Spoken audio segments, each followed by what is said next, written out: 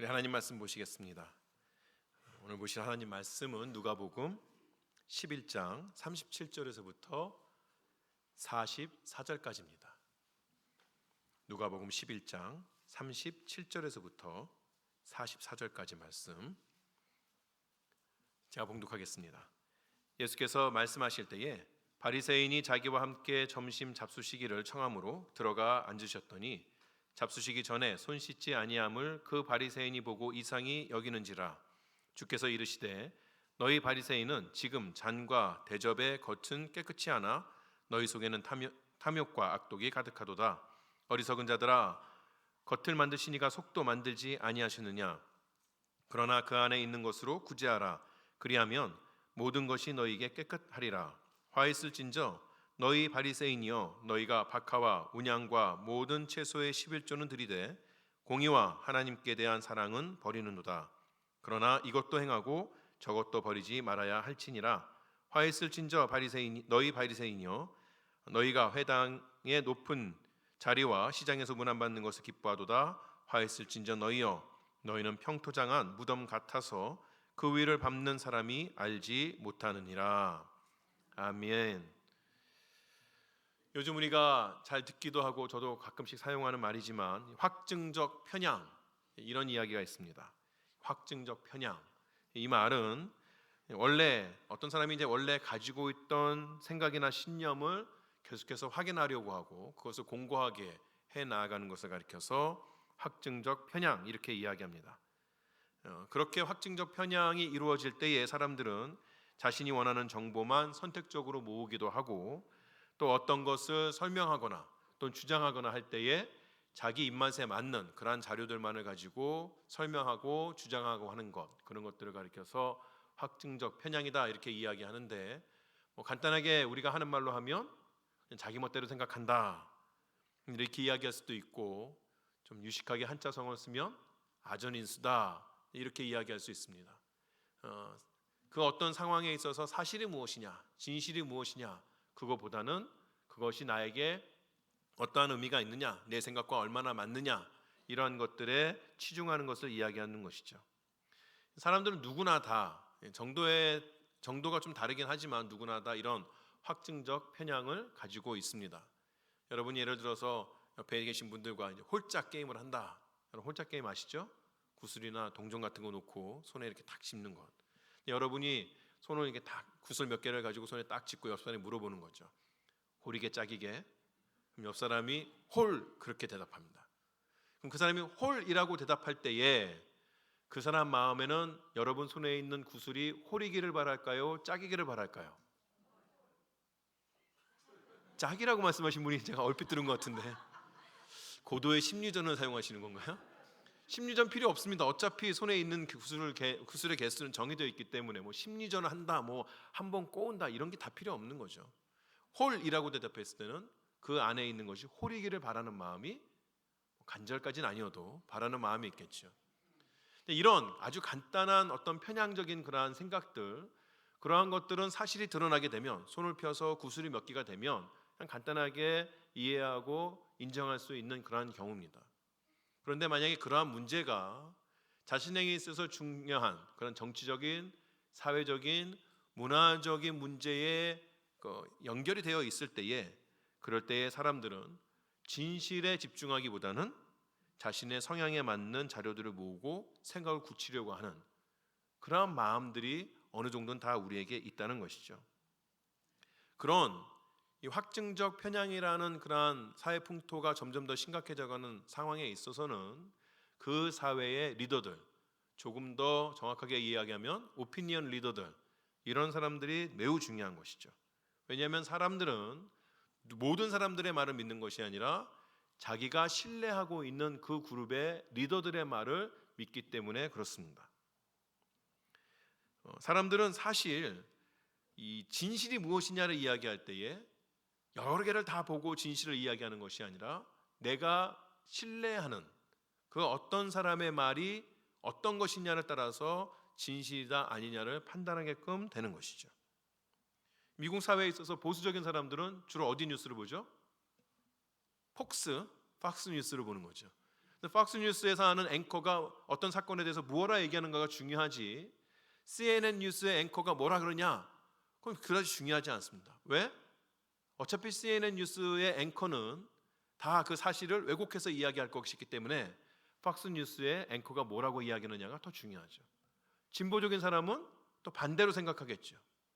그러한 생각들이 우리 사회에 늘 있어 왔다는 것이죠.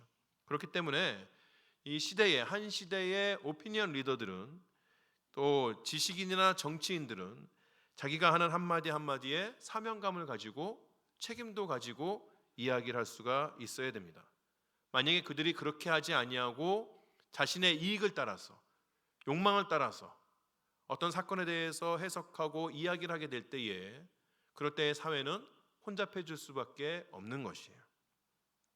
이러한 확증적인 편향이라는 것이 21세기, 20세기에만 있었던 것은 아닌 것이죠. 어느 시대에나 있었고 예수님의 시대에도 그러한 것들은 있어 왔습니다. 자, 예수님께서 이 땅에 육신을 입고 오셨습니다. 하나님의 귀한 아들이, 하나님께서 육신을 입고 인간이 되으셨습니다. 죄송합니다. 사람들의 눈앞에 나타나셨고, 사람들은 예수님을 만질 수도 있고 그와 함께 식사를 하기도 합니다. 그의 말씀은 어느 선지자보다도 훨씬 더 권위 있었고 또 능력이 있었고, 그런 것들 사람이 다 느껴왔던 것이죠. 사방에는 예수님으로 인하여서 고침을 받은 사람들이 수도 없이 많이 늘어갔습니다. 그리고 예수님으로 인하여서 신령한 떡을 먹은 그러한 경험을 한 사람들의 숫자도 적지 않은 것이에요. 그 모든 것들이 다 이스라엘이 그동안 기다려왔던 메시아 그리스도가 자신들의 눈앞에 나타났다는 것을 증거하기에 이미 충분했습니다. 분명했던 것이죠. 그런데 이상하게도 사람들은 아직까지도 예수님이 그리스도라는 것을, 예수님이 메시아라는 것을 확실하게 정하고 모든 사람들이 따르고 있지는 않는 그러한 아주 이상하고 애매한 상황이 벌어지고 있는 것이에요. 오늘 본문 이전에 누가복음 11장 15절 16절 이렇게 이야기합니다. 그 중에 더러는 말하기를 그가 귀신의 왕 바알세불을 힘입어 귀신을 쫓아낸다 하고, 또 더러는 예수를 시험하여 하늘로부터 오는 표적을 구하니, 이렇게 이야기합니다. 예수님께서 권능으로 귀신을 쫓아냈더니 사람들이 뭐라고 얘기합니까? 하나님의 권능으로 귀신을 쫓아낸 것이 아니라 저 사람은 귀신의 힘을 빌어서 귀신을 쫓아낸다, 이렇게 이야기하고 있는 것이에요. 그리고 예수님께서 수많은 기적과 의사를 보여주셨음에도 불구하고 여전히 사람들이 요구하는 것은 무엇입니까? 하늘로부터 오는 표적을 나에게 보여라. 아니, 그렇게 많은 표적을 보여주셨는데 사람들이 말하는 하늘로부터 오는 표적은 도대체 뭐냐? 무엇을 더 보여줘야 하느냐? 지금 사람들이 이야기하고 있는 하늘로부터 오는 표적에 대해서 깁스리나 학자가는 이렇게 이야기합니다. 유대인들이 바라는 하늘로부터 오는 표적이란 하나님께서 선택받은 자들을 위한 도움과 위로를, 그리고 하나님이 자신의 대적들에게와 그분의 백성을 위협하는 자들에게 진노를 바라시는 구체적인 행위다라고 이야기하는 것이에요. 쉽게 이야기하면 예수님께서 수많은 기적과 이사를 보여줬음에도 불구하고 그들이 정말 원하는 딱 한 가지, 정말 당신이 우리가 그토록 기다려왔던 메시아라면 지금 다시 유대 왕국을 세우고 로마 제국을 무너뜨리고 세계에서 지금 로마 제국이 가졌던 그러한 크고 놀라운 힘을 우리에게 보여주시옵소서, 우리나라가 그렇게 되게 하여 주시옵소서, 그것을 이야기하는 것이죠. 그것을 하늘로부터 오는 표적이라 이야기하고 예수님에게 끝까지 요구하고 있는 것입니다. 예수님이 아무리 능력의 말씀을 전하고 수많은 이적을 행하고, 그래서 그것들을 통하여서 구약에서 예언되어져 왔던 그리스도의 모습을 보인다 할지라도 그들은 자신이 원하는 그 한 가지 없으면 당신은 메시아가 아니다 라고 이야기하고 있는 것이에요. 이런 주장을 앞장서서 하고 있는 사람들이 누굽니까? 유대인들의 존경을 받으며 유대 사회의 리더들이 되고 있는 바리새인들과 율법 교사들이 앞장서서 예수님을 반대하고 있는 것이에요. 그들은 그들이 가진 지식을 통하여서 예수님이 구약에 말하고 있는 메시아인 것을 증거해주는, 도와주는 역할을 해야 했음에도 불구하고 그들의 마음의 욕망을 예수님이 채워주지 않고 있기 때문에 사람들의 마음을 오히려 혼란스럽게 만들고 있다는 것이죠. 사람들에게 예수님에 대한 가짜 이론, 가짜 뉴스들을 만들어내면서 저 사람이 메시아인지 아직도 난 모르겠다, 계속해서 이렇게 주장하고 있는 것입니다. 참 답답한 일이죠. 근데 우리들보다도 누가 더 답답하셨을까요? 예수님이 가장 더 답답하죠. 제가 이 예배가 끝나고 나서 밖에 나가서 갑자기 난데없이 우리 윤 장로님 보고, 장로님이 정말 윤석근 장로님 맞습니까? 한번 증명해 보시죠. 장로님 이렇게 뒤져봤는데 드라이버 라이센스도 없고 뭘로 증명을 하나. 박미수님 데려다 놓고 여보 이제 얘기 좀 해봐. 난 그건 믿을 수 없고요. 얼마나 답답한 일입니까? 어떤 사람이 자기 자신을 증명한다는 것만큼 참 답답한 일이 세상에 또 있을까, 그런 생각이 듭니다. 예수님은 자꾸 귀신의 힘을 빌어서 귀신을 몰아냈다, 우리에게 하늘로부터 오는 표적을 내어달라, 이런저런 이야기를 하시니까 우리 오늘 누가복음 11장에서 뭐라고 말씀하십니까? 내가 그들에게 줄 수 있는 표적은 요나의 표적밖에 없다라고 이야기하십니다. 이 마태복음에 나오는 요나의 표적, 누가복음에 나오는 요나의 표적이 같기는 하지만 조금 다르게 나옵니다. 마태복음에서 예수님께서 요나의 표적을 이야기하실 때는 요나가 3일 동안 물고기 뱃속에서 있다가 나온 것, 그것과 더불어서 요나의 이야기를 듣고 니느웨 백성들이 회개한 것을 이야기합니다. 그러니까 마태복음에 있어서 예수님께서 말씀하시는 요나의 표적이란 예수님의 부활과 더불어 회개와 구원의 복음이다라고 이야기할 수 있는 것이죠. 근데 오늘 우리가 보는 누가복음 11장에 있어서 누가는 앞에 있는 요나가 3일 동안 물고기 뱃속에 있었다 나왔다는 말은 하지 않습니다. 누가는 더 어디에 강조하고 싶어 하는 겁니까? 예수님께서 전하시는 심판과 회개와 구원에 대해서 더 강조하고 싶었던 것이죠. 기적을 요구하는 사람들, 자신의 그 메시아됨을 알지 못하고 더 많은 증거를 내라고 하는 그런 사람들에 대해서 예수님께서 주신 표적은 무엇입니까? 예수님 말씀인 것이에요. 5,000명을 먹이던, 10,000명을 먹이던, 죽은 사람을 살리던 그러한 것들이 결국에는 예수님 스스로가 그리스도인 것을 증거하셨지만 사람들이 메시아라고 믿게끔 하지는 못했던 것이죠. 예수님은 분명히 하셨어요. 사람은 무엇으로 산다? 하나님의 말씀으로 사는 것이죠.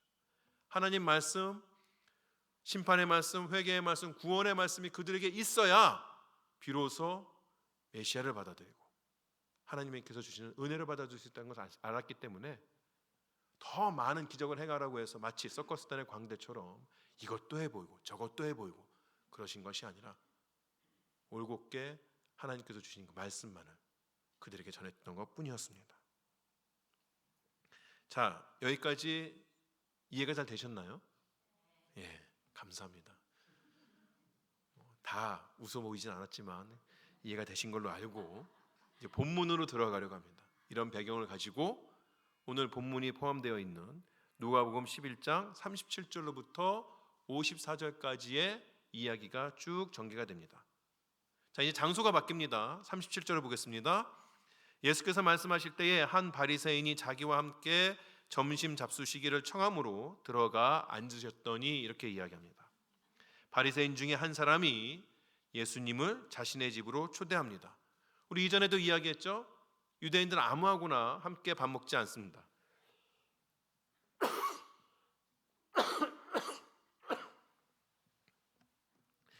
제가 어릴 때에도 이렇게 기침을 해서 제 친구들이 할아버지 기침한다고 되게 심각하게 보이지만 아무것도 아니라는데 걱정 안 하셔도 됩니다. 가을이 되니까 알러지가 생기면서 약을 먹어도 기침을 자꾸 하네요. 여하튼간에 어디까지 했죠? 유대인들은 함부로 아무하고나 식사하지 않습니다. 근데 이 지금 바리새인이 예수님을 식사의 자리에 포함하고 있다는 것은 지금 예수님께서 제가 말씀드린 귀신을 어쩌고저쩌고 하고 요나의 표적 이게 다 들었지만 그러한 것들을 들었음에도 불구하고 여전히 이 바리새인은 예수님에 대해서 반감을 가지고 있다거나 예수님의 말씀이 틀렸다고 생각하지 않았던 것이에요. 그렇기 때문에 예수님을 자신의 집으로 초대해서 점심 식사를 같이 하자고 했던 것이죠. 그런데 이 사람이 예수님을 초대하고 보니 예수님께서 식사를 하시기 전에 손을 씻지 않는 것을 발견했습니다. 그리고선 이상하게 여겼어요. 어떤 말로 하면 놀랍게 여겼다라고 표현할 수도 있습니다. 왜 그러느냐? 유대인들에게 있어서 식사 전에 손을 씻는 것은 단순히 위생에 관한 문제를 넘어서서 정결함에 관한 문제입니다. 유대인들의 생각에는 손을 씻지 않고 음식을 만지게 되면 음식이 부정하게 되고, 부정한 음식을 먹으면 그 안에 있는 모든 내장들이 다 더러워지게 되는 것이고, 내 속이 더러워지면 내가 기도하고 하나님 말씀 보는 것이 아무 의미가 없다, 나는 부정한 자일 뿐이다 라고 생각했던 것이에요. 손 하나 씻는 것이 그렇게 중요합니다. 심지어 유대인들은 자신들과 이방인들, 그리고 하나님 앞에 서 있는 사람들과 하나님 앞에 서 있지 않는 사람들의 기준 중에 하나가 뭐냐? 너 밥 먹기 전에 손 씻어? 그것이 기준이 되어 왔던 것이에요. 그런데 지금 예수님이 손을 씻지 않고 식사 자리에 앉으신 것이죠. 따지고 보면 손을 씻으라는 것은 모세의 율법에 있어서는 모든 사람에게 요구된 것은 아니었습니다. 제사장들에게 요구되었던 것이에요. 그것도 하나님께 드리는 예물을 만질 때에 손을 씻으라고 되어 있던 것이죠. 근데 그런 것들이 바리새인들을 통해서 그 범위가 더 확대되어 오고, 바리새인들은 모든 사람들에게 요구하면서 그것을 지켜야 하나님 앞에 바로 설 수 있다고 그렇게 가르쳐 왔던 것입니다. 따지고 보면 그렇게 나쁜 것도 아니다 생각이 되는데, 이후에 예수님께서 하시는 그런 말씀들, 가르침들, 그러한 예수님의 태도를 보게 될 때에 예수님은 이 가르침, 이 손 씻는 행위를 우리가 읽진 않았지만 누가복음 11장 중간에 나왔던 그 말씀처럼 마음에 어둠을 가득 채우고 몸에 있는 등불을 약하게 하는 하나의 대표적인 예로 삼으셨다는 것을 우리가 볼 수 있습니다. 예수님께서는 자신이 손을 씻지 않고 자리에 앉는 그 모습을 본 이 바리새인이 마음에 불편해한다. 바리새인뿐만 아니겠죠. 그 옆에 있는 모든 사람들이 다 함께 불편했을 것입니다. 그 불편해하는 마음을 아시고 갑자기 공격적으로 바리새인들하고 율법 교사들을 몰아붙이시기 시작합니다. 지금에서도 그렇지만 체면과 예의를 중요시하는 이 당시의 문화로 볼 때에 무례한 것이죠. 식사 같이 하자고 초대했더니 손님이 와가지고 난데없이 너는 이것도 잘못됐고 저것도 잘못됐고 막 그렇게 이야기하면 참 그것이 받아들이기 쉬운 것은 아니었을 것이에요. 그러나 예수님께서 그렇게 하시는 것은 그 당시에 바리새인들과 율법 교사들이 유대 사회를 이끌어 나가는 모습이 하나님 보시기에 대단히 중한 죄라고 생각했기 때문에 일어난 그러한 상황이라고 이해할 수가 있는 것이죠. 그러면서 예수님께서는 바리새인들에게 3번에 걸쳐서 화했을진저라고 말하면서 그들의 죄를 이야기하십니다. 그리고 그 이후에 함께 있었던 율법 교사에게도 화했을진저라고 다시 3번을 말씀하시면서 그들의 죄에 대해서 이야기하십니다. 여러분에게 다행스러운 것은 오늘은 바리새인들의 3가지만 이야기한다. 율법학자의 3가지는 다음 주에 이야기한다. 그나마 다행이죠. 저희가 이렇게 바리새인과 율법학자들에 대해서 예수님께서 꾸짖는 것을 좀 자세히 보기를 원하는 이유는 이것이 그들의 죄만은 아니라는 것이죠. 오늘 예수를 믿는다 하고 교회 안에서 종교적인 생활을 하고 있는 우리들이 항상 염두에 두고 스스로를 잘 판단하는 기준이 되는 것입니다. 우리가 예수님을 믿는다라고 이야기하고 하나님 앞에서 의로워졌다라고 이야기하고 우리는 천국 가는 백성이라고 이야기할 때에 어느 순간 우리는 우리 자신에 대해서, 우리 이웃에 대해서, 우리가 살고 있는 이 사회에 대해서 바리새인들과 율법학자들, 율법교사들이 지었던 그 죄를 똑같이 짓고 있다는 그러한 생각이 우리에게 늘 있어야 하는 것이에요. 이번 주와 다음 주에 걸쳐서 6가지의 화이트 진저를 보게 될 때에 우리 각 사람은 그러한 모습이 우리 안에도 있음을 부인할 수 없습니다. 예수님께서 그렇게 말씀하실 때 우리는 그것이 우리에게 전해진 말씀인 줄 알고 그 장소에서 그 자리에서 벗어나 정말 주님께서 원하시는 그 모습을 갖추기 위해 노력해야 하는 것이죠. 그러한 마음으로 이제 하나하나 보시겠습니다. 예수님께서 꼬집으신 바리새인들의 죄는 세 가지를 통틀어서 이야기하자면 그들의 겉과 속이 다르다는 것이에요. 예수님께서 보시기에 그들에게 있어서 경건의 모양은 있을지 몰라도 경건의 능력은 없는 그러한 삶을 살아왔다는 것이죠. 예수님께서 그 사실을 세 가지 예를 들어서 증명하십니다. 먼저 첫 번째로 예수님께서 말씀하시는 것은 바리새인들은 이웃 사랑에 대한 모양은 있지만 이웃 사랑의 능력은 없는 자라고 말씀하십니다. 42절을 보겠습니다. 화했을진저 너희 바리새인이여 너희가 박하와 운향과 모든 채소의 11조는 들이되 공의와 하나님께 대한 사랑은 버리는도다. 그러나 이것도 행하고 저것도 버리지 말아야 할지니라. 이 구절에서 바리새인들은 11조를 드림에 있어서 박하와 운향과 모든 채소에 대해서 하고 있다고 이야기합니다. 이 말은 바리새인들이 11조를 드릴 때에 허투루 하지 않는다는 것이에요. 율법은 이렇게 자세하게 11조에 대해서 이야기하지 않지만 바리새인들은 자신이 가진 그 모든 소유물 하나를 다 따져서 아주 정성스럽게 하나님 앞에 11조를 잘 가지고 나아갔다는 그러한 이야기입니다. 예수님께서 이러한 바리새인들의 태도에 대해서 나무라지 않으셔요. 하지만 여러분 11조가 무엇인가요? 왜 구약에 있어서 하나님께서는 하나님의 백성들에게 11조를 드리라고 했을까요? 11조의 용도가 무엇입니까? 11조는 성전을 관리하고 성전에 봉사하는 사람들에게 녹을 주고 그리고 그 땅 안에 그 공동체 안에 살고 있는 이방인들과 과부들과 고아를 구제하기 위해서 걷어들인 것이 11조입니다. 11조는 그렇게 사용이 되었어야 하는 것이에요.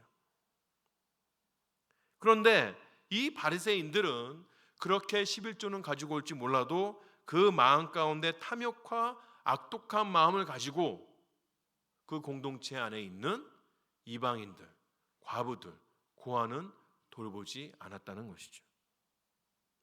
성전에 11조를 가져오면서 마치 자신이 하나님의 뜻대로 사는 것이냐 그렇게 행동하지만 실제로 그들의 매일 일상의 삶에 있어서는 참된 11조를 가능하게 하는 그 하나님의 공의와 하나님께 대한 사랑은 버리면서 살고 있었다고 예수님께서 말씀해 주고 있는 것입니다. 겉과 속이 달랐던 것이죠. 예배당 안에서는 하나님이시여 이것을 통하여서 우리 주위에 있는 수많은 어려운 자들을 구하기를 원합니다 라고 이야기하지만 예배당 밖을 나가서는 자신의 이웃이 그렇게 어려움을 당하고 있어도 돌아보지 않았다는 것이에요. 예수님은 그들에게 구체적인 회개의 방법을 알려주십니다. 그것이 무엇입니까? 구제라는 것이에요. 구제는 우리 안에 있는 탐욕을 치유하는 방법입니다. 마음의 탐욕과 악독을 가지고 사는 사람은 하나님 앞에서 참된 구제를 할 수가 없습니다.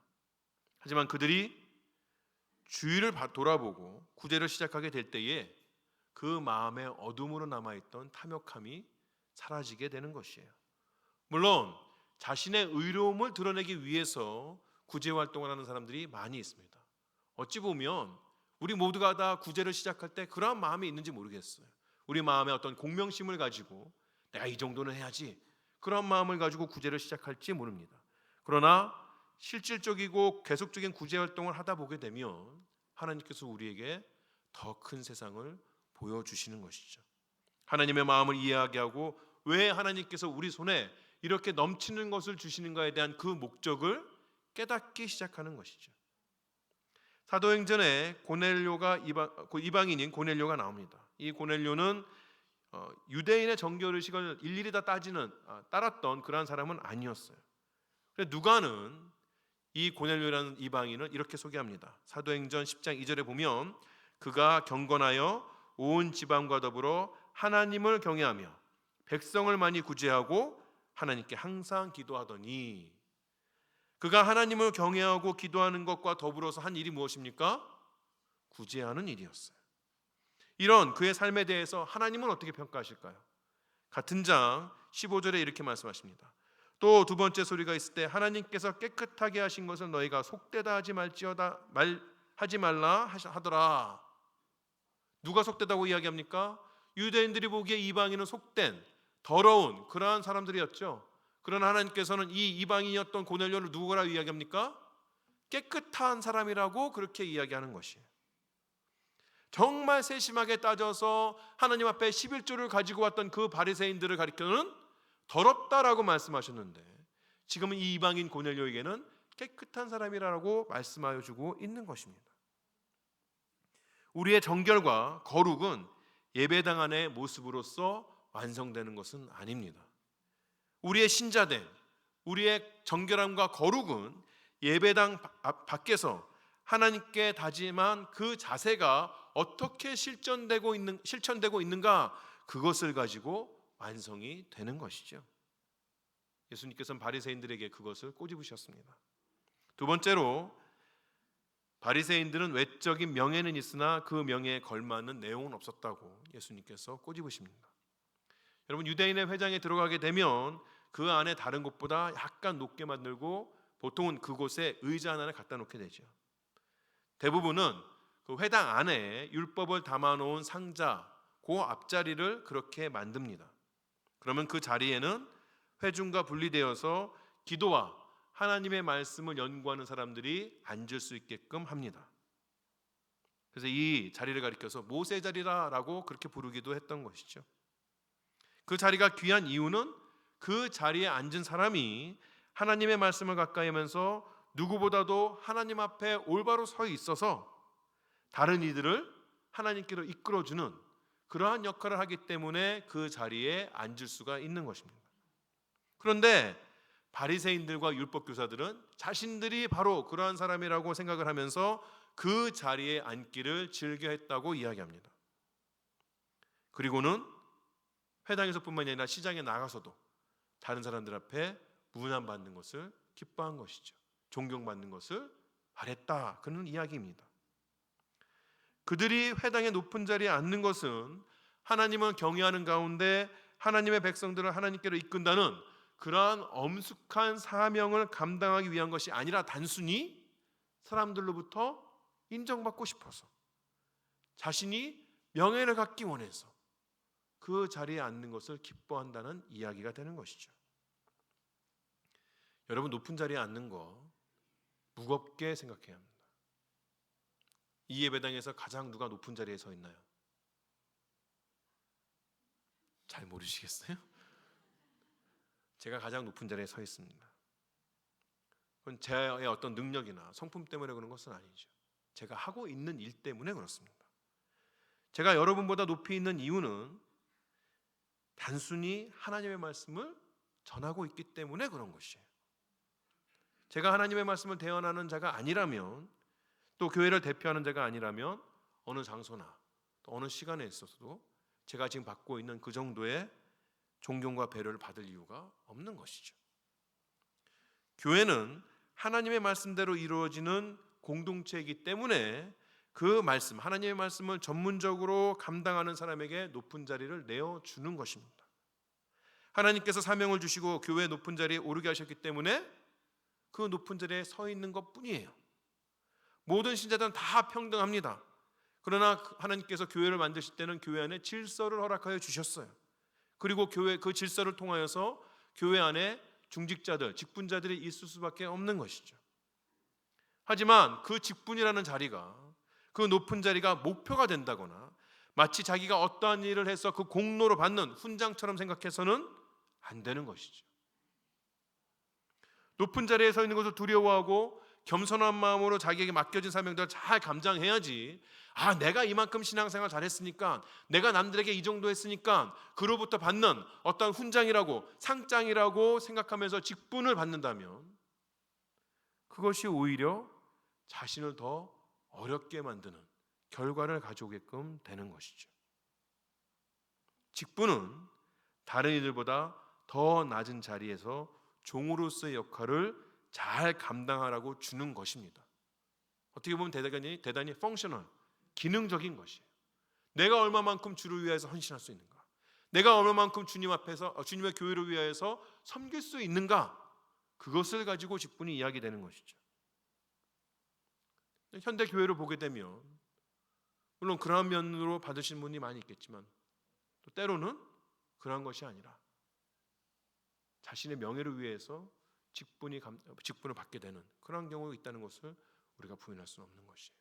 마치 예수님 시대의 바리새인들과 율법교사들이 그렇게 했던 것처럼 말입니다. 인정을 받는다, 명예가 주어진다, 이러한 것들이 인간이 어떠한 행동을 하는 데 있어서 가장 큰 동기 중에 하나라는 것을 우리가 부인할 수 없습니다. 우리도 그렇게 인정을 받고 명예로워지는 것 때문에 하는 일들이 많이 있어요. 그런데 중요한 것은 무엇입니까? 우리의 인정과 우리의 명예는 어디로부터 온다? 사람들로부터 오는 것이 아니라 하나님으로부터 오는 것이에요. 하나님 앞에 인정받기 위해서 더 낮아지고 더 부지런히 사명을 감당하는 것이지, 내가 이거 해주면 교회 사람들이 알아주니까, 내가 이렇게 하면 우리의 이웃들이 나를 더 우러러볼 것이니까 오래 갈 수도 없고 참되게 일을 할 수도 없다는 것이죠. 제가 이렇게 좀 어렵게 말하면 내년에 설립집사 아무도 안 하실까 걱정하는 마음으로 설교를 썼습니다. 직분이라는 거는요, 하나님께서 우리에게 주신 귀한 은혜입니다. 여러분, 아무나 교회 섬기는 거 아닙니다. 여러분이 교회에 정말 화장실에 가셔서 화장실 변기 하나 닦는 것도 아무나 하는 거 아닙니다. 예수님께서 여러분에게 귀한 은혜를 주셨기에 그분의 피로 여러분이 거듭났기에 그것도 할 수 있는 겁니다. 직분을 사모하시는 마음 있으셔야 됩니다. 그러나 직분을 사모할 때에 올바른 마음으로 사모하셔야지, 거듭 말씀드리지만 명예욕이나 공명심으로 하셔서는 안 되는 것이죠. 세 번째입니다. 오늘의 마지막입니다. 바리새인들은 외적으로는 좋은 교사인 것 같지만 그러나 그 속에는 거짓 가르침으로 가득했다고 예수님께서 꾸짖으십니다. 44절에 보면 예수님은 바리새인들을 평토장한 무덤 같다라고 말씀하셨습니다. 여러분, 평토장이란 말이 그 단어가 익숙하신가요? 저는 잘 몰랐어요. 평토장이 뭔가. 근데 여러분, 한국에 가시면 옛날에 우리가 어르신이 이제 돌아가시게 되면 무덤을 만들게 되죠. 무덤을 만들면 전통적으로는 무덤 그 평평한 그 땅 위에 봉분을 만들죠. 이렇게 볼록하게 봉분을 만듭니다. 근데 이렇게 봉분을 만들지 않고 그냥 매장을 할 때 평평하게 하는 것, 그건 이제 평토장 이렇게 부르는 것이죠. 어떻게 보면 이 성경이 이제 우리 문화에 맞게 이제 번역이 된 것이죠. 다른 원어 성경이나 또는 영어 성경을 보게 될 때는 그냥 잘 알 수 없이 만들어진, 그러니까 잘 표시가 되어 있지 않은 상황, 표시가 되지 않게 만들어진 무덤이다 이렇게 이야기합니다. 유대 사회에 있어서 무덤은 매우 부정한 장소이죠. 누구든지 시체를 가까이 하거나 무덤과 접촉하게 되면 그때로부터 7일 동안은 부정한 사람이라고 취급을 받게 됩니다. 그래서 사람들은 유대 땅에 살고 있던 사람들은 봄이 되면 무덤에 흰색으로 칠을 해놓습니다. 누구라도 눈에 딱 띄어서 아, 저건 무덤이구나 알게끔 하는 것이에요. 그런데 그렇게 칠을 안 해놓으면 어떻게 되죠? 사람들은 자신도 알지 못하는 사이에 무덤 위를 걸어가게 된다거나 무덤을 막아놓은 돌을 만지게 된다거나 이렇게 되는 것이죠. 그래서 사람들은 자신도 모르는 사이에 부정한 사람이 되고 마는 것이에요. 근데 바리새인들이 그랬다는 것이에요. 바리새인들을 보면 정말 하나님 앞에 올바로 서 있는 것과 같고 하나님을 열심으로 섬기는 것과 같은 그런 사람으로 보여졌다는 것이에요. 다른 사람들이 볼 때 그들은 존경의 대상이 되었으며, 아, 나도 저 바리새인들처럼 저렇게 신앙생활하면 내가 하나님 앞에 인정받겠구나, 내가 하나님 앞에 바로 설 수 있겠구나, 그러한 평가를 받아왔다는 것이죠. 그런데 사실 바리새인들의 가르침과 삶의 모습은 사람들이 생각하는 것처럼 영혼을 살리는 그러한 가르침과 삶의 모습이 아니었다는 것이에요. 바리새파가 만들어질 때 그 시작은 경건했을지 모르지만 이미 그들은 자기 자신을 속이면서 교만에 빠져서 오히려 자기 자신뿐만 아니라 다른 사람들의 영혼도 단단히 결박하는 그런 모습을 가져왔다는 것이죠.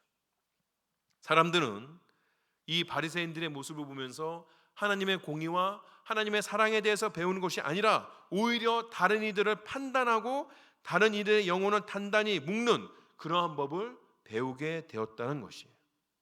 바리새인들이 무덤인지도 모르고 그들을 가까이 함으로 인하여서 다른 이들조차도 부정하게 되는 하나님에 대해서 옳지 못한 마음을 가지게 되는 그러한 결과가 있어졌다는 것이죠.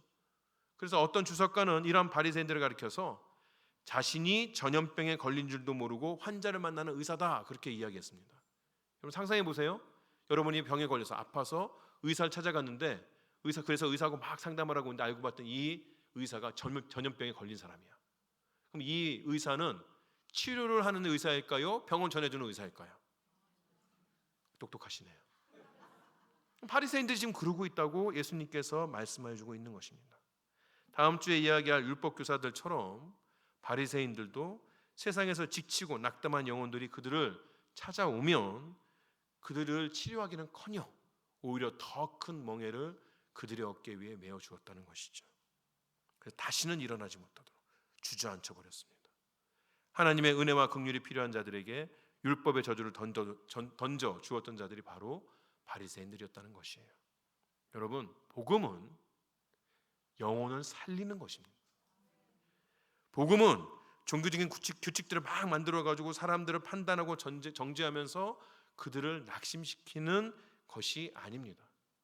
저는 교회의 전통이라든가 교회의 규례들이 필요 없다고 이야기하는 것이 아니에요. 하지만 복음을 전한다라고 이야기하면서 그리고 교회의 율법들과 교회의 어떤 전통들을 가르쳐주면서 또 그들이 죄인이라고 선포하면서 우리가 마음에 바라는 것은 그 영혼이 하나님께로 돌아오는 것이 목적인 것이지, 그러한 짐들을 그들에게 지워줘서 너는 우리와 다른 존재야, 너는 구원받을 수 없어, 너는 하나님의 사랑을 받을 수 없는 존재라고 주저앉히는 것이 우리의 목적은 아니라는 것이죠. 세상은 교회가 전하는 하나님의 사랑과 긍휼이 필요해서 찾아오게 됩니다. 그런데 그러한 죄인들이 정말 교회 안에 들어오게 됐을 때 교회는 정말 그들에게 하나님의 사랑과 긍휼을, 하나님의 치유를 전해주고 있는가? 그들 옆에 서서 그들이 하나님에 대해서 이해하고 예수 그리스도를 구세주로 맞아들이고 그 멸망의 길에서 돌아서서 생명의 길로 우리와 함께 갈 수 있도록 그들을 인내하며 인도하고 있는가? 우리는 돌아볼 필요가 있어야 하는 것이죠. 자신의 의에 도취되어서 교만한 마음으로 함부로 주의 이웃을 정죄하면서 나는 그렇지 않다고 기뻐하는 그러한 존재가 되어서는 안 된다는 것이죠. 여러분, 오늘 우리는 예수님께서 바리새인들을 책망하시는 말씀을 들었습니다. 이 시대에 하나님 안에서 의롭다고 칭함을 받은 신자들이 늘 마음에 두고 살아야 하는 그러한 이야기들입니다. 여러분, 깨끗한 그릇에 좋은 음식을 담았을 때에 그 유익은 누가 받게 되나요? 적어도 그릇은 아닙니다. 그 음식을 받아드는 사람들이 유익을 얻게 되는 것이죠.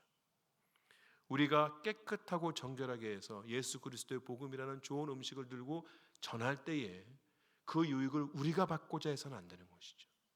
그 유익을, 그 음식을 받아든 사람들에게 전하여 주는데 우리의 목적이 있어야 하는 것이죠. 그러나 그렇게 할 때에 하나님께서는 우리를 높은 자리에 세우신다는 것이에요. 왜? 더 사람들이 잘 보고 더 사람들이 그들의 말을 듣게 함으로 말미암아 하나님의 나라가 확장되기를 원하시기 때문에 이 땅에 있는 그 죄악 가운데 있는 영혼들이 우리를 통하여서 영생을 얻기를 바라시기 때문에 우리를 통하여서 하나님의 귀한 열매들이 주렁주렁 열기를 바라기 때문에 하나님 우리에게 그렇게 이루어 주신다는 것입니다. 깨끗하고 아름다운 그릇으로서 예수 그리스도의 아름다운 복음을 담고 귀하게 쓰임받는 여러분 되시기 바랍니다. 기도하시겠습니다.